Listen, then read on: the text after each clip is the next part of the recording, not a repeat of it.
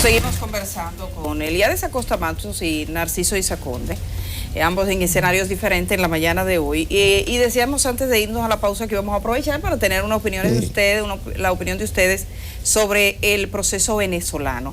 Vamos a ver esta historia de Angélica Herrera sobre lo que está... Un poquito antes, mira, yo quería insistir sobre... Algo sobre Colombia. En el sentido, sí. Que usted apoya el proceso. Claro que sí, porque lo ha estado acompañando y he estado 3 veces en Cuba. El tema es, mi preocupación es a partir de la forma del desenlace del tema de la dejación de armas, porque siento que el monopolio de las armas lo va a tener ese Estado, ese régimen.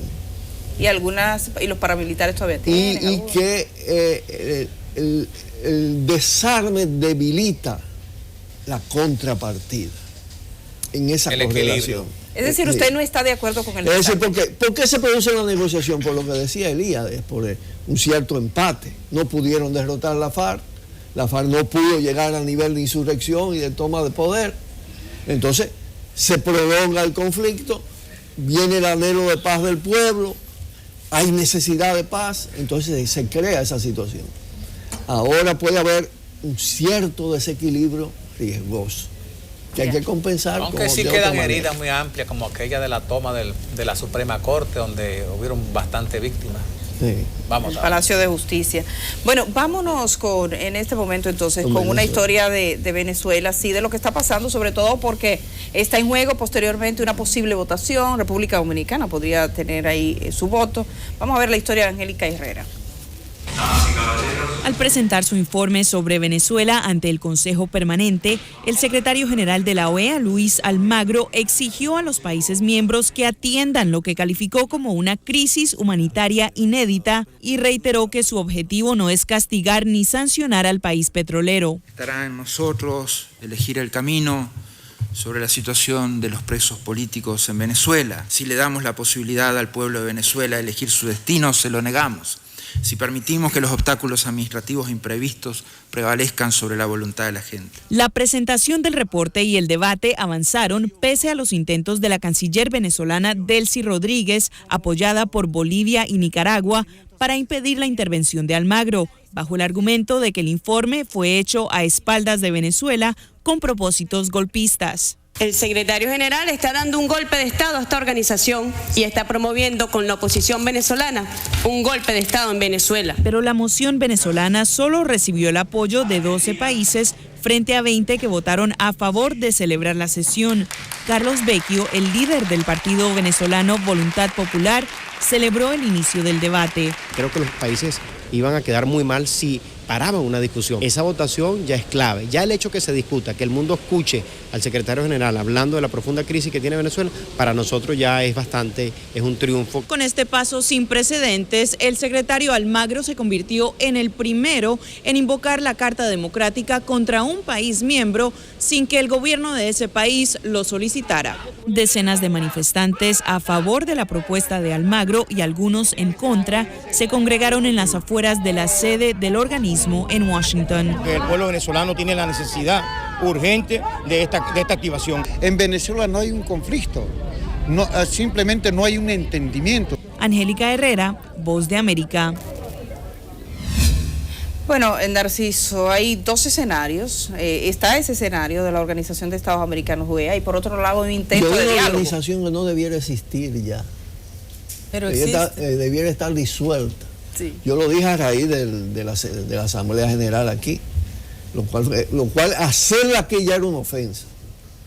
Y el hecho de pedir de que la... Pero fue República Dominicana que pidió la sede, así que fue el gobierno dominicano que pidió. Sí, por eso, vergüenza. Y además, más si existe CELAC. Si hay un esfuerzo de asociación de los estados latinoamericanos, independiente de Estados Unidos, eso es lo que hay que impulsar. Eso es volver a lo de antes, ¿no? Y Almagro lo que está jugando es el papel claro de agente, de instrumento. Y es penoso que sea el canciller de Pepe Mujica, al que uno le tiene tanto aprecio y admiración, que esté jugando ese papel, pero bueno, hay de todo en esa. ¿Y en qué se puede parecer esta crisis venezolana? Porque eso no solo lo de la Carta Democrática es un golpe de Estado, no solo, es más que eso. es preparar las condiciones para una intervención. Venezuela no es un paisito. No es un paisito, pero oye, porque ese es el otro tema que quizá lo olvidé en el otro punto. No estamos en un momento de un elemento para el juicio. De un imperialismo pro paz. Quiere intervenir Elíades. Vamos a escucharlo. Adelante, Elíades. Sí. No, mira, es interesante. Primero, me solidarizo con la posición de Narciso de que la OEA es un fósil de la Guerra Fría y que además no tiene ningún aval moral para juzgar la situación interna de Venezuela, porque la OEA se ha prestado, como saben bien los dominicanos, a invasiones inmorales e ilegales a países latinoamericanos pequeños. Y además me es muy risible que la OEA enarbole la situación de desabastecimiento en Venezuela como motivo de preocupación, porque la OEA jubilosamente promovió, apoyó, fomentó y divulgó, convocó a los países miembros a sumarse al bloqueo norteamericano contra Cuba, que provocó desabastecimiento.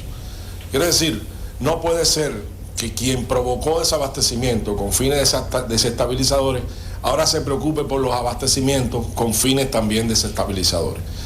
Yo creo que Almagro ha jugado un papel funesto, hay varios países pidiendo su renuncia. Pepe Mujica al principio lo defendió en la polémica y luego se retiró diciendo que no cree en la OEA y que cree más en el papel que puede jugar UNASUR en la crisis venezolana. Narciso, ¿qué tanto se puede parecer esta situación presente de Venezuela, aquellos antecedentes, aquel preludio de Salvador Allende en Chile? Faltan militares que asuman esa posición ahora en Venezuela y resuelvan con Maduro. Bueno, porque en las Fuerzas Armadas venezolanas las cosas no son como las Fuerzas Armadas chilenas. El dominio de los mandos fascistas era muy claro en Chile. Bien lo dijo Chávez, que ese era un proceso hacia la revolución pacífico pero armado. Ahí es que yo voy. El componente armado puede estar o en una fuerza civil que se arme para la contraparte, o puede estar en una fuerza militar. Cuando yo te digo que Venezuela no es un paisito, estoy contando con la Fuerza Armada de Venezuela. Claro, pero oye, pero también fíjate, hay que ir a Siria, hay que ir a Libia. Destruyeron Libia, los Estados Unidos destruyó a Libia, porque lo que se pierde de vista es el carácter altamente destructivo de un imperialismo decadente. En una crisis que no tiene respuesta superadora desde dentro para ello, que lo que fomenta es el caos, la destrucción, apropiándose y saqueando los recursos. Ahí están sobre el petróleo, sobre el agua, sobre la Amazonía. Por eso yo hablaba de las bases militares en Colombia y de las redes de bases militares en Sudamérica, en Centroamérica, en el Caribe. Es decir, tenemos que ver ese cuadro. Libia pasó de ser el país con el aporte económico más importante de la región y donde los ciudadanos tenían mejor calidad de vida a ser un país indígena. Porque no veamos las invasiones como la de antes, que daban un régimen de ocupación ordenado. No, ya no es eso. Es un desorden. Es un desorden, es un caos. Narciso y Elíades, hoy, si abrimos en este momento cualquier periódico a nivel internacional, la noticia es lo que ha ocurrido en Gran Bretaña. Vamos a ver las consecuencias inmediatas de la votación que ha sorprendido, porque en algunos estados comenzó a ganar que permaneciera en la Unión Europea. En Londres, por ejemplo, votaron a favor, pero conforme iban llevando los votos, la tendencia varió y hoy los británicos no durmieron. El resultado ha sido... la tendencia varía. Sí, allá las tendencias, aquí no varía. Sí, las tendencias varían. La votación tiene una proporción casi similar a la de República Dominicana desde el punto de vista electoral. Aquí fue un arrase no de la última. No había un sistema electrónico. Tampoco. Que además fue un gran negocio. Una cosa... El primer ministro británico ha anunciado de inmediato que sale del gobierno. Vamos a ver esta historia y luego tendremos las opiniones de ustedes dos y si eso afecta en algo el orden mundial también. David Cameron también se va. El primer ministro británico, en una declaración ante la puerta de su residencia oficial de Downing Street, ha confirmado que dejará el cargo y el liderazgo del Partido Conservador en octubre. I fought this campaign Luché en esta campaña de la única manera en la que sé hacerlo, es decir, directamente y con pasión, diciendo lo que pienso y siento, cabeza, corazón y espíritu. No he escondido absolutamente nada. He sido completamente diáfano en mi creencia de que Gran Bretaña es más fuerte y está mejor y más segura dentro de la Unión Europea. Y he recalcado que el referéndum era sobre esto y solo sobre esto, y no sobre el futuro de ningún político, incluido yo mismo. Pero los británicos han tomado una decisión muy clara, la de seguir un camino diferente, y por tanto creo que el país requiere de un liderazgo nuevo para ir en esa dirección. Voy a hacer todo lo posible como primer ministro para estabilizar la nave durante las próximas semanas y meses. Pero no creo que sea adecuado para mí tratar de ser el capitán que dirija a nuestro país hacia su próximo destino. Esta no es una decisión que haya tomado a la ligera, pero creo que es de interés nacional para tener un periodo de estabilidad y un nuevo liderazgo. No hay necesidad de fijar un calendario preciso hoy, pero en mi opinión debemos aspirar a tener un nuevo primer ministro al comienzo de la conferencia del Partido Conservador en octubre. David Cameron defendió en la campaña argumentos prácticos para seguir en la Unión Europea, pero sin mostrar entusiasmo por un proyecto político común.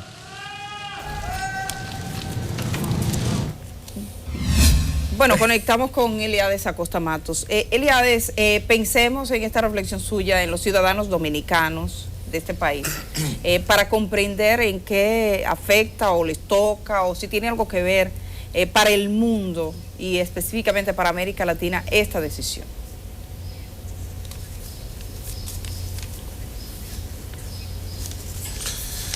Bueno, es una decisión, digamos, se esperaba como posibilidad, pero hasta el último momento los que creemos en la integración y la estabilidad esperábamos un milagro, si se quiere, de que no ocurriese. Es decir, que triunfase el voto a favor de permanecer, el llamado Remain, de permanecer en la Unión Europea. Bueno, triunfó el salir. Eso trae consecuencias en las bolsas, ya se ha visto, en la economía europea y mundial. Trae consecuencias también para los propios trabajadores británicos, aunque hoy creen en el espejismo de que solo van a poder avanzar más que con la Unión Europea. Yo recuerdo aquella crisis en los astilleros ingleses en los años 70, 80, las huelgas, la inestabilidad política, las protestas constantes, la represión. Ojalá que eso no vuelva a partir de la soledad en que la Unión Europea, por la que Inglaterra ha votado. Ahora, eso implica un reajuste de los bloques económicos y de poder en el mundo, implica además cambio de estrategia, pero lo más peligroso es que ha ocurrido en un momento de profunda crisis del ideal europeo y de la economía mundial, incluso en medio de una guerra contra el radicalismo islámico que está afectando. Ayer hubo un tiroteo en un cine de Berlín, que todavía no está claro.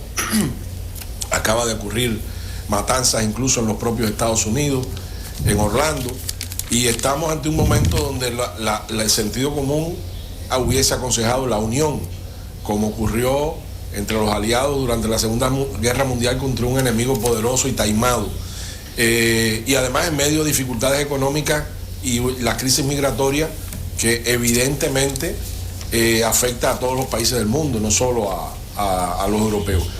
La señal se transmite hacia todas las partes del mundo, hacia todas las naciones, incluyendo República Dominicana, y es mala porque América Latina y el Caribe están inmersos contra viento y marea en procesos de integración, están inmersos en procesos de unidad para poder enfrentar los retos del mundo global, y en esos momentos llega este mensaje. Yo creo que además eso va a alentar a las fuerzas en esta zona del mundo que están opuestas a la integración, que están opuestas a las alternativas, a los poderes tradicionales fácticos que nos han oprimido durante muchos años, y van a sentir un aliento para seguir incitando a la división, al aislamiento que nos hace más débiles. Por lo tanto, creo que es me parece que es un error estratégico británico, pero que como decisión soberana la mayoría de su pueblo habrá que respetar. Narciso. Bueno, yo pienso que todo esto revela la gran crisis que afecta a Europa, ¿no? que tiene también que ver con el hecho de la gravitación de Estados Unidos sobre Europa y del capital transnacional de matriz norteamericana. El hecho también de acompañar a Estados Unidos en toda la aventura esta contra el Medio Oriente, el mundo, el tercer mundo en sentido general, sus recursos naturales, esta guerra de conquista, de agresión, que naturalmente traen como consecuencias réplicas y represalias de posiciones extremas. Yo creo que aquí hay un desgajamiento, hay un debilitamiento de la Unión Europea con la decisión de Inglaterra. Habrá que ver hasta dónde no está esto conectado con Estados Unidos, una lógica de poder de Estados Unidos sobre Europa, que eso también está operando. Hay que darle seguimiento a ese proceso. Ciertamente afecta el proceso de integración y en sentido general los procesos de integración. El proceso de integración europeo es un proceso de integración bajo la hegemonía del gran capital. Sin lugar a duda, no es un proceso de integración desde los pueblos, vamos a decirlo así, y desde opciones alternativas a la dominación actual. Desde ese punto de vista, a mí no me preocupa tanto el tema, aunque sí el hecho de que impacta, es decir, potencia las ideas separatistas de un pseudo-nacionalismo de extrema derecha en el mundo que está presente. Hay un crecimiento de esa fuerza, incluso con ciertos contenidos neofascistas que aparecen no solo en el primer mundo, como le llaman, sino también en el tercer y cuarto mundo. Todo esto tiende a potenciarlo. Es parte de la humanidad está, yo creo, inmersa en una enorme crisis que sin lugar a duda yo digo que ahora aquella frase célebre de Rosa Luxemburgo tiene un valor incalculable, independientemente de las no conformación todavía de las fuerzas que sean capaces de llevarla a cabo. Estamos ante la alternativa de socialismo barbarie. Bueno, primero... El capitalismo ya es barbarie de la peor y destrucción de la peor. Yeah. Es decir, la humanidad no busca una alternativa hacia una sociedad solidaria, que no sea bajo el dominio del capital. Va a entrar en una fase de caos y de destrucción muy grave, muy grave. Bueno, Narciso, hemos llegado al final de esta entrevista en el día de hoy. Primero le damos las gracias a Elías, que nos escucha y todo el mundo con una diferencia de tiempo. Así que, Elías, gracias por estar aquí esta mañana. Gracias a ustedes. Y gracias también a Siempre es Narciso. una buena compañía tener Elías. Un privilegio. Sí, un privilegio. Es un privilegio. Totalmente privilegiada. Bueno, y nosotros nos alegramos también de verlo a usted. Tenga buen fin de semana, ambos. Vamos a hacer un cambio. Cuando regresemos tenemos más todavía.